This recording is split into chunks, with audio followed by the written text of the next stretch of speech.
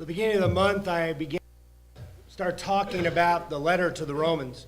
Wanted to preach through it for a while.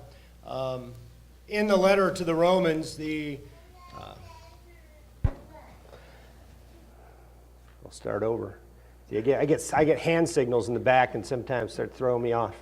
So, but anyway, when I started to talk about that, it was because we had just gotten through doing the meeting about preaching the gospel, about evangelism, about teaching others about Jesus. And in the book of Romans, you have what is probably the most detailed account of the gospel message that's written for us. And so you have at the very beginning, when I started this month, Paul talking about, in the very few verses at the very beginning of the first chapter, he talks about how he was called to preach this gospel that God had promised a long time ago, and said, I'm going to bring them this message, this good news about being saved, about being forgiven, about being, having saved us as sinners. Jesus is that message. He is the gospel. And as we went through, start talking about the book of Romans, I wanted us, we kind of looked at a couple of weeks ago, verses 16 and 17 about the power of the gospel and how it is powerful to save everybody, the Jew first and also for all the Gentiles. But I wanted to skip a little bit today and talk a little bit about this verse in Romans 12:19, contribute to the needs of the saints and seek to show hospitality. I'm going to focus on the contributing to the needs portion, and I'm going to do this, I'm kind of going out of order because of the opportunity I had last week to be in Texas and to help victims of the hurricane. And so I want to kind of update everybody on kind of what happened, because a lot of people here contributed to that need the saints have there. As well as from all over the Northwest. We ended up going, 11 of us traveled there, 2 more flew down, so we had about 13 guys there for that week. But those 13 men brought with them somewhere in the neighborhood of $20,000 to $25,000 for a couple congregations down in the Beaumont, Texas area, which is kind of north east of Houston, and it's probably the hardest hit area. Just 20, 30 miles west of Louisiana border. Along the Gulf Coast there is really where they were the hardest hit. But everybody here, and so many had contributed to that, I wanted to give everybody a report of kind of what happened. And for those who are connected with me on Facebook, I shared a lot of I didn't write a lot of the actual Facebook posts. I just shared them. Mostly because I was actually working. We had some people who chronicled and wrote and took pictures. But there are a lot of us who didn't have any time, didn't have our phones, and were too grimy and dirty to actually want to touch our phones.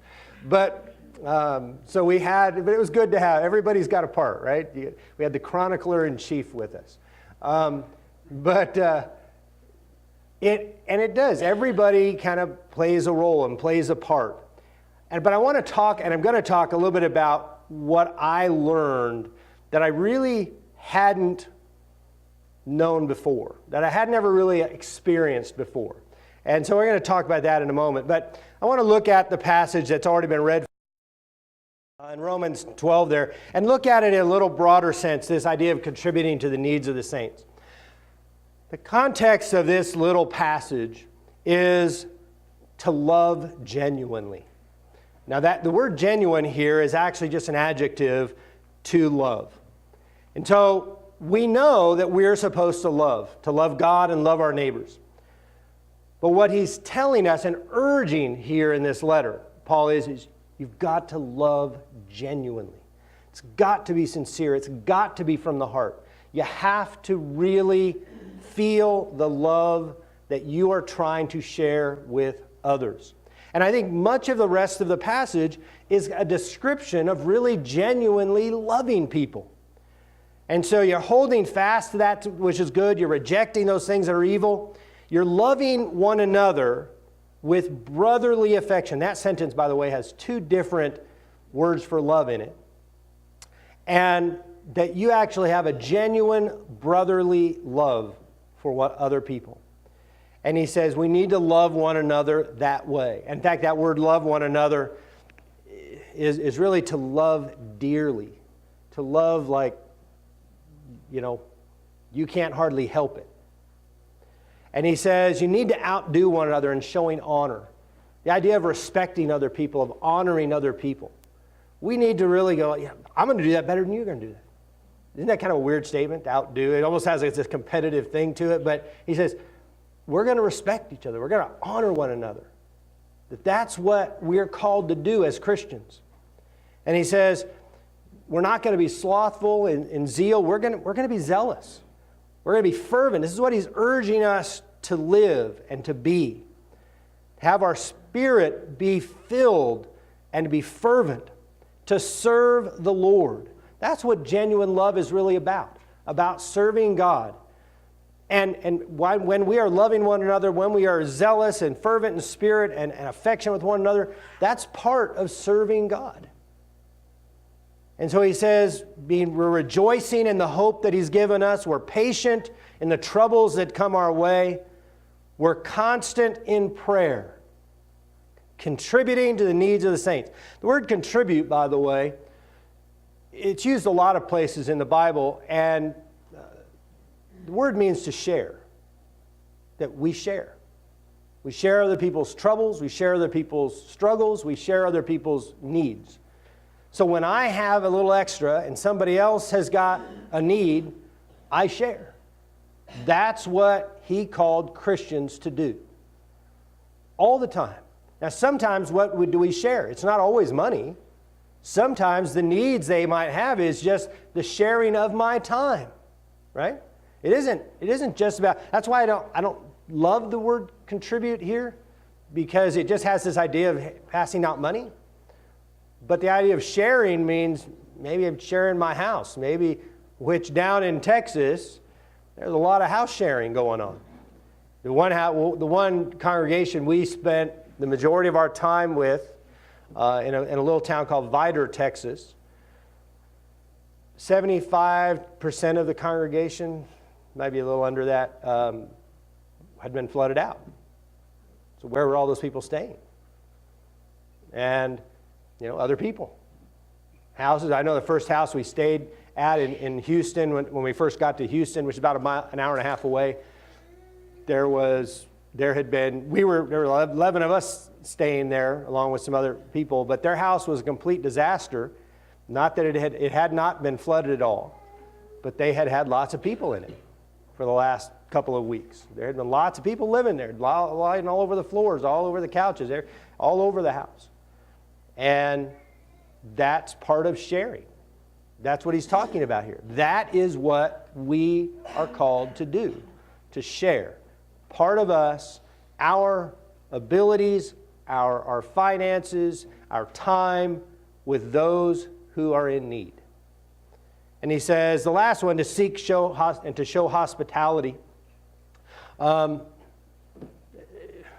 word hospitality in English does not connotate what generally the scriptures mean. When we talk about hospitality, most people are just talking about, inviting people over our house, having a meal, right? That's usually what we're trying to talk about hospitality. We invite people over our house. Hospitality means to love strangers. That's what the word means. We don't often, you think of it that way. English word, I don't think, does that justice. But that's what he's saying. We need to seek to love strangers. Do we seek to help strangers? And I think a lot of times the human condition, for the most part, all over the world, does every culture seek to help strangers? No. In fact, it's the rare culture that does that. Most cultures all over the world, some stranger goes by, they don't help at all. They don't have any compunction at all. There's no general sense of trying to do that. But he's telling us that we need to do that. That needs to be a part of us. We see strangers, we want to help them. We want to love them. What can I do for others, even that I do not know? And I think sometimes the strangers, loving a stranger, sometimes they're saints as well. Everybody I helped down there, I didn't know. I've never visited the area before, a couple of people that we went with, one of the guys is actually from the area, grew up in that particular congregation. Another guy had been preached in the general vicinity, but not specifically that area. And so they were all strangers to me. Even many of the people that I went with were strangers. But all of us, and I think I don't know if I completely finished my thought before, but the 13 people that went represented hundreds of people from congregations all over the Northwest. That all those hundreds and hundreds of people who gave money allowed the 13 of us to actually go. And some of us needed other people to kind of help out, and I asked a brother here to kind of mow my lawn while I was gone, and those things allowed me to take that time. My family, they filling in, do things I normally would do. They took care of. All of that, where everybody is contributing. We contribute in a lot of different ways. I'm just going to give you one picture. If you're interested, you can connect to me on Facebook. We have hundreds of pictures on Facebook. I probably should post them to the church Facebook as well. But I just want to show you one because this is basically miles and miles of this. It was actually emotionally difficult driving into the area. I had never seen anything quite like this. I guess pictures of war zones where everything's been just kind of knocked down and strewn everywhere. But that's the majority of the possessions of one house there. But you can see down the street, both sides are lined with it. And there's just miles and miles and miles of this all over. And you can see the dishwasher or the dryer and the washing machine are pretty new. I'll give you a little quick story here. I don't know if you can tell. This is a refrigerator that has duct tape all around the doors. We figured it out. We did about 8 houses, cleaning them out and getting everything that was mostly the sheetrock. We got all the sheetrock off the walls, everything cleaned out of the house so it could dry out, so they could rebuild starting in another week or so. But refrigerators, a phrase became, used amongst us regularly because people would go open refrigerators. I've never smelled anything so horrific as the refrigerators at a couple of these houses. And that's why they taped them shut and rolled them out, because I don't know if the cities are doing it. They have these big trucks with big scoop.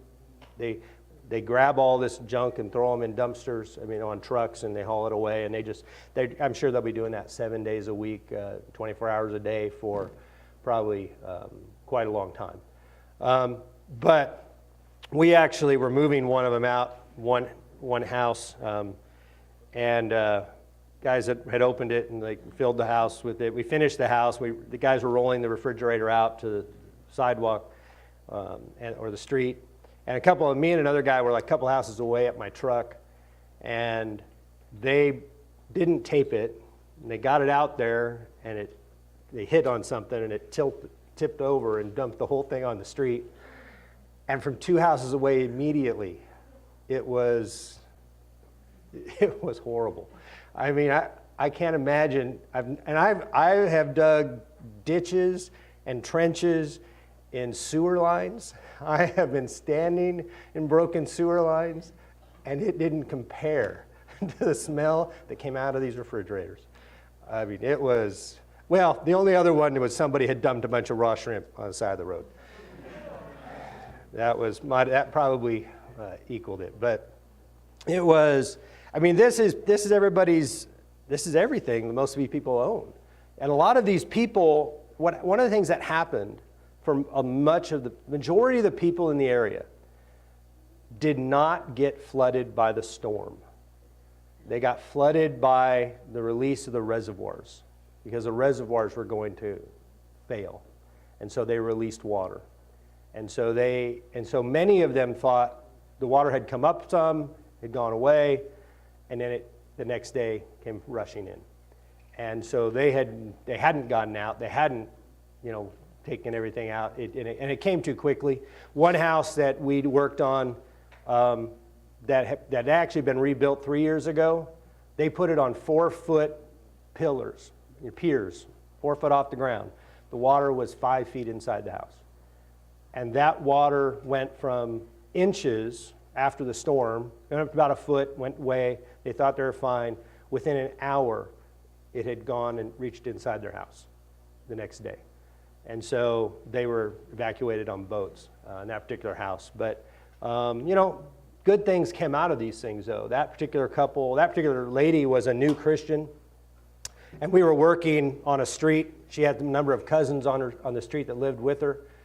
And, they were asking us to go help. So strangers who weren't brothers and sisters in Christ, but, we would help and we would clean out. And the opportunities, we saw all over homes with a single person walking in and out, taking things in and out. I mean, the effect it had of 11, 13 guys showing up and in 2 to 4 hours completely cleaning the house out was a powerful message to their neighbors of what it means to be a Christian and to not be alone. I'm going to have... It's going to be hard for me to talk about it without tearing up. The emotional impact that it had on me, I guess I didn't expect. One lady we did, her house, her husband had just got cancer 6 months or so ago. They're probably in their 30s. And then he was just a month or two ago diagnosed with Parkinson's. And so this was just piling on the difficulties. And I'll tell you, the thing that affected me was not the money. It was us, people they didn't know, strangers showing up in their house to clean it out. They couldn't even talk. They were so thankful and grateful. They need money for sure, and there's not going to be enough. I mean, I know this one congregation, they had a lot of money, like $120,000 had been donated to this one little congregation. That meant about $7,000 per household was all. And that's not going to go very far in actually hiring people to rebuild a house. And a lot of the people don't have flood insurance. There's a lot of places that flooded that had never flooded before like this. And so the effect, though, it had on the people of us showing up,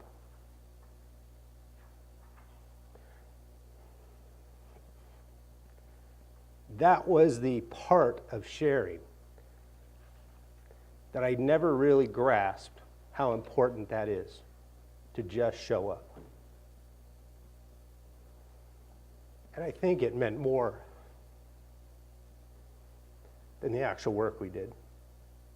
We put in, I don't know, however many hours it was, 8 homes that we cleared. But I don't know if all 8 of those will be able to rebuild or not. I don't think they will.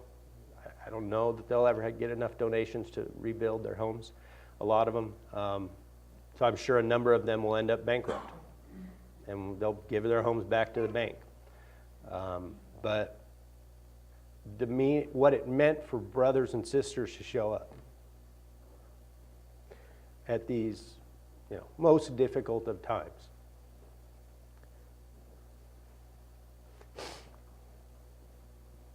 is what will stay with me forever. So, a couple of passages I was really thinking about in relationship to this idea of sharing and loving one another. So 1 John chapter 4, 7 through 12 said, "Beloved, let us love one another, for love is from God. And whoever loves has been born of God and knows God. Anyone who does not love does not know God, because God is love. In this, the love of God was made manifest among us, that God sent his only Son into the world so that we might live through him. In this is love, not that we have loved God, but that he loved us and sent his Son to be the propitiation for our sins. Beloved, if God so loved us, we also ought to love one another. No one has ever seen God. If we love one another, God abides in us, and his love is perfected in us. Now, this last line I wanted to talk about a moment, because I think it's when we show up to help one another, is when we see, because we haven't seen, what he's telling us, we haven't seen God. But when we see others loving like that, we see a little bit of God in the faces of one another. And he says, so we haven't seen God, but if we love one another, God is abiding in us. So, I mean, that was the sense I really had, was that the people, us showing up in their houses, especially the lady whose husband, he hadn't been able to really do anything. Her and her sisters were cleaning out her house. Most of it was gone. Just, couldn't speak. Even the preacher at the congregation was beyond. He says, "I have no more words of thanks." And it isn't just us, but it's us loving like God would. Because if I wasn't a Christian, and that didn't affect me, maybe I'd have given some money to some kind, something, but I wouldn't have taken my time and my truck and driven, all the way down there and driven back. I wouldn't have done that if I wasn't a Christian. And I don't know, maybe others are better than me that weren't Christians, but, if I wasn't around me and I didn't see it, I wouldn't have helped. I wouldn't have gone and done that. And just doing that, it gives us a sense of what love really means, how it really is perfected when we love one another. God's love becoming complete. This is the point of loving. This is the point of being godly, is ultimately to love. To love God, to love one another, as Jesus called us to do. Let's look at this, and I want to think about this passage now. In 2 Corinthians chapter 9, there was an opportunity. You look back in 2 Corinthians chapter 9, the Apostle Paul is writing about a collection he was taking for the saints in Jerusalem, that they were struggling. They were in difficult straits. And so Paul was traveling around Greece, Macedonia, to take up a collection to take to the saints in Jerusalem. And so chapter 9 is about that particular thing. And he talks about this, and I want to kind of read this and go through it a little bit. He says, starting 9:1, he says, "Now it is superfluous for me to write to you about the ministry for the saints. For I know your readiness, of which I boast about you to the people of Macedonia, saying that Achaia has been ready since last year, and your zeal has stirred up most of them. But I am sending the brothers so that our boasting about you may not prove empty in this matter, so that you may be ready as I said you would be. Otherwise, if some Macedonians come with me and find that you're not ready, we would be humiliated, to say nothing of you for being so confident." So he's been telling them to do this for a while. He's just kind of giving them this letter ahead of time, going, "Listen, I've been bragging about you guys and how much you're doing, how you're taking up this collection and you're helping the saints there." He goes, hey, I just want to send this up before we get there that, hey, I'm coming and I've been bragging about you. So make sure you finish that up. Be ready. And so he says the point is this in verse 6. "Whoever sows sparingly will also reap sparingly. Whoever sows bountifully will also reap bountifully. Each one must give as he has decided in his heart, not reluctantly or under compulsion." And I think this is exactly what was going on here to the congregation there. We took up a collection before I left. No obligation. If we have something extra, we could give it. If we don't, we don't. That's what he's talking about. And he says, if you've got something, if you don't have something extra, God understands. If you're barely scraping by yourself, God's not asking you to give from your poverty. Though he does mention in chapter 8 that many of them did. They were, even though they were struggling themselves, they still gave something. But he says, God loves a cheerful giver.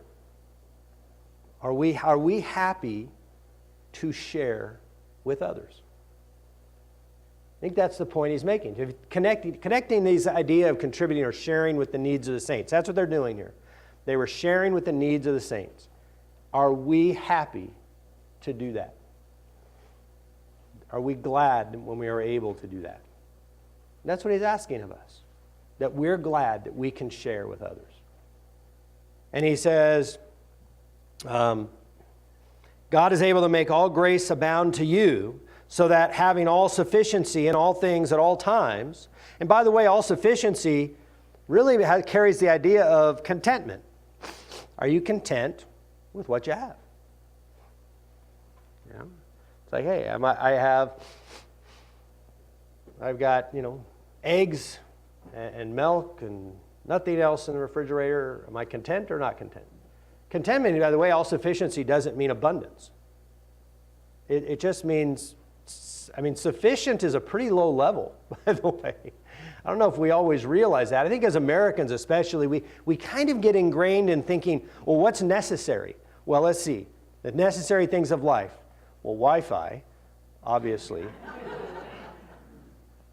The younger we are, probably the more that would be at the top of the list. But you see, is it necessary? Phones. All these things we think of necessary are not necessary at all. And lots of the world at this present moment lives without them. We have an abundance, even in our poverty. Even when we don't have a lot in America, we have a lot. And we sometimes forget that. But he says, God can make us have all that we need. And he says, you may abound in every good work. As it is written, he has distributed freely. He has given to the poor. His righteousness endures forever.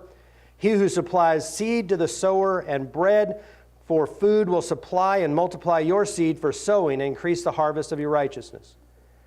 He says, God's able to help people. He's able to increase what we have.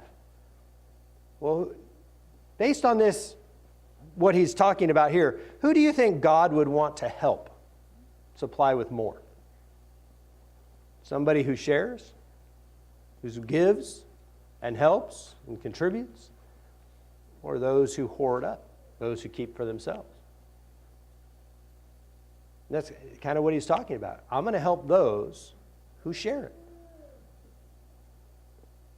Now, it isn't a like, I'm going to do $1, he's going to give me $1. It's just, I'm going to take care of you if you help take care of others. And that's kind of what God is talking to us about. And he says, you will be enriched in every way to be generous in every way, which through us will produce thanksgiving to God. Now, this is the last part I really want to focus on this morning and kind of end with this portion of it. Because this is the part that I really noticed. This is the part that really hit me and makes me so emotional, even still. He says, for the ministry of this service is not only supplying the needs of the saints. So it's doing that, right? Go and bring it, we're helping them, doing things that they need done, getting needs done. But he says, but is also overflowing in many thanksgiving to God. And I can tell you, the people that I met down there, all of them, in every congregation, couldn't stop thanking God. Couldn't stop thanking God for Christians who are willing to contribute, to share. And that's what Paul was talking about. I guess I've read these passages, understood these passages. The first time this passage, what he's saying here hit me, experienced it. They said this almost means more than the taking care of the need. I don't know if that makes sense. The kind of needs are there, but the impact that filling the need has is even more than just taking care of the need. And he says, by their approval of this service, they will glorify God because of your submission that comes from your confession of the gospel of Christ. And that's what they're doing. all the people, they're so thankful to God. And so that, they say thanks to us that showed up, but it really, a lot more thanks go to God. And he says, and the generosity of your contribution for them and for all others, while they long for you and pray for you because of the surpassing grace of God upon you. Thanks be to God for his inexpressible gift. That's what he ended. He's like, we need to thank God, because it's hard to express how much it means when others share, when we're in trouble, when we're in need. And that is really the heart of the love of God. That's taking care of, watching out for, loving one another. So we're going to end here in a little bit, just kind of,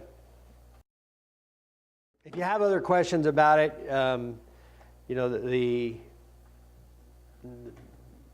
area, the people, the experiences we had. Some of them were funny, like the dumping of the refrigerator, and then just the whole house. When new people would walk in, and everybody would say, "Don't open the refrigerator." It's like we learned, don't open the refrigerator. But quite an experience, and I do hope that at times others will get a chance to experience that. And I do know that lots and lots of people are coming in from lots of different places. I mean, we saw people from Indiana, Ohio, Tennessee, Louisiana, Mississippi, Missouri. I mean, we saw people from a lot of places that were there as well, and helping. So I think, I don't know how all of them will rebuild, but the impact of the love that pours out, I think, will make an impact not only on the Christians who are there, but I do think it's going to impact some of the even opportunities to teach people about Jesus. I know it kind of was started when we were there. It looked like there were some opportunities for people to go, well, that's what it means to actually have, a family, a spiritual family in Christ. So, but thanks to everybody who shared. And it's a lot. I know it's a lot of people here, a lot of people all over the Northwest that we took the money for. And you're a part of this too. They may not have seen your face, it might be in the background more, but you're a part of it. Wouldn't have happened without all of you as well. The effect is, I don't know if I worded that quite right. The effect has caused many thanks to God. The effect really has done that there are so many things. I'm so thankful to God even for the experience. It has made I think a lasting memory and impression upon me about what it means to truly love one another and care for one another and share with one another. And finally, this verse that I thought about quite a bit, about bearing one another's burdens. I think kind of end with the one lady who, was in her husband, a lot of health problems. She had a pile. She had probably one of the most difficult houses for us to clear out, mainly because that was the only house where all of her possessions were still in the house. They were just centered. They were just kind of gathered in the centers of the rooms. And everybody else, she had really not had anybody to even clean out just the furniture and put it out. Most of the houses we'd gone to had already done most of that. They had cleaned out just the stuff on the floor, and we were there to kind of clean out more the construction portion stuff. But all of her stuff was piled in the middle of her rooms.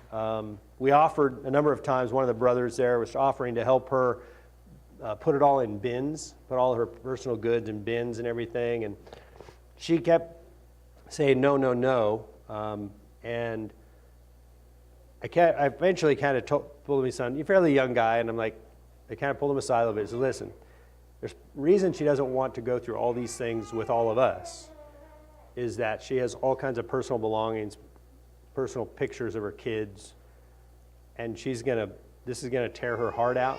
That most of the stuff is ruined, and she's gonna throw it away. So she doesn't really want to do that with all of us here. she kind of wants to go through her personal stuff. She's going to cry over it. She's going to and we saw that. In fact, one of the young guys and myself, we were standing there finishing up a house one time. This was so strange. He has a 9-month-old daughter, one of the young guys that went with us, his first child. And we saw a piece of paper with the handprint, when little kids do handprints, and had a little writing on it of a 9-month-old, that was ruined, and you're kind of all torn up, and you're just looking at, we were both looking at that, and he was kind of tearing up and going, that's the kind of stuff, it's irreplaceable. You can't get that back, can't go back and redo it. And that's the kind of things that they're going through. So us, just tearing out sheetrock and cleaning up the house is really minor compared to the loss they're going to feel of all those treasured memories of their kids and their families. So, we can't take away every burden, every difficulty, but we can help bear that. We can help be there to just do a little bit of what we can. That's what it means to bear one another's burdens. The word burden, by the way, here in this passage, in Galatians chapter 6, there's an interesting thing that goes on, because right after this, he tells us that we each have to do our own part, right? But what each doing our own part means is lifting what we can. Think about your kids. When they get older, and they start to get older, let's say you go to Disneyland. Let's say the Hastings go to Disneyland. That's a really odd, concept, them going to Disneyland. But let's say the Hastings all go to Disneyland with all their kids. James isn't going to carry anything, is he? He's going to be a burden. They're going to carry him in a stroller for the most part. But he's going to be in the stroller. He's not going to walk. They're going to be holding him.